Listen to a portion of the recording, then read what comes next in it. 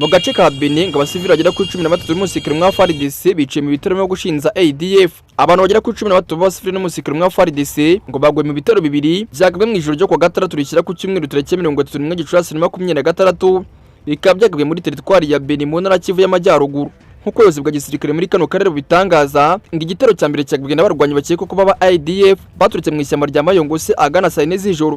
Abarwanyi kandi ngo bari bagerageje kwambuka umuhanda wa RN4 berekeza mu bice bya Gatiyangade ndetse na Mavivi. Mu gihe cy'icyo gitero ngo abaturage batandatu bishwe mbere yuko ingabo za FARDC zitangira gukurikirana abarwanyi. Mu mirwano ngo akurikiranwe mu basirikare ba FARDC nawe yaje kwasiga ubuzima ari mu kazi ko kurinda abaturage ndetse no guhiga abagabye ibyo bitero. Andi makuru kanaturuka muri Benin avuga ko habaye igitero cya kabiri mu kandi gace k'iyo teritwari nacyo barimo gushinza umutwe wa ADF. Kino gitero kandi ngo cyatumye umubare w'abasivili bishwe muri iryo joro ugera kuri 13.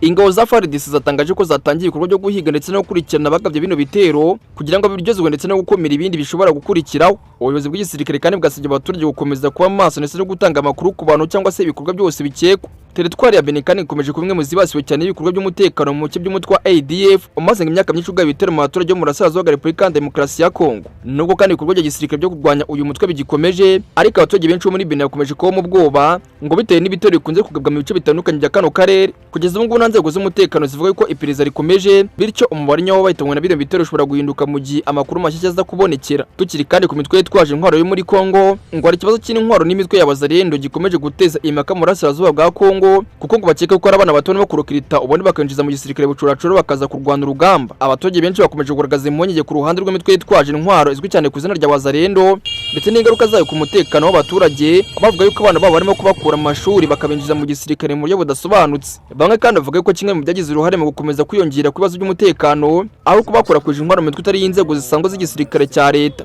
Bemeza rero ko gutunga intwaro kw'iyo mitwe idakurikiza uburyo busanzwe bwo kuyoborwa no kugenzurwa n'ingabo za leta. Ibingi bigatuma ibikorwa bigura kugenzurwa ndetse no gukurikiranwa. Ibingi rero ngo bituma hari abana binjizwa mu gisirikare mu buryo rwose butazwi. Ibi kandi byatangajwe nyuma ko ari ikibazo cy'abana bivuga ko bashobora kuba binjizwa cyangwa se bakoreshwa mu bikorwa by'imitwe yitwaje intwaro bashingiye ku mashusho babonye abana bagaragaye bahetse intwaro. Hari kandi imiryango iharanira uburenganzira bw'abana n'abaturage yakomeje gusaba kwashyirwaho uburyo bukomeye bwo kurinda abana kugira ngo badakoreshwa mu bikorwa bya gisirikare bwihishwa. Bamwe makuru akinira hafi ikibazo cya Kongo banenga umuryango w'abibumbye ndetse n'indi miryango mpuzamahanga kuba nkuko bivuga itarakiza igitutu gihagije ku nzego zibishinzwe kugira ngo hafatwe ingamba zikomeze gukumira ikoreshwa ry'abana mu ntambara ndetse no kurinda abaturage bari mu kaga. Icyakora nabavuga yuko ngo imitwe y'abazarendo ngo yavutse nk'uburyo bwo kwirwanaho bw'abaturage mu duce twibasuwe n'imirwano aho abaturage bamwe bafashe intwaro bagamije kurinda imiryango yabo n'utwabo mu gihe cy'umutekano muke bari bafite. Nubwo kandi impamvu zishingirwaho zitandukanye ariko benshi baruza kuba ikibazo nyamukuru ari ugushaka uburyo bwo kugenzura imitwe yitwaje intwaro yose kubaza abagize ibyo ikora ndetse no kurushaho kurinda abaturage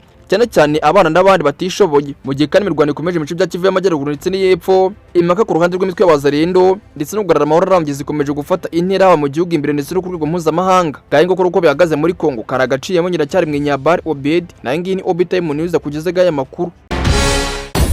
Obi Time News.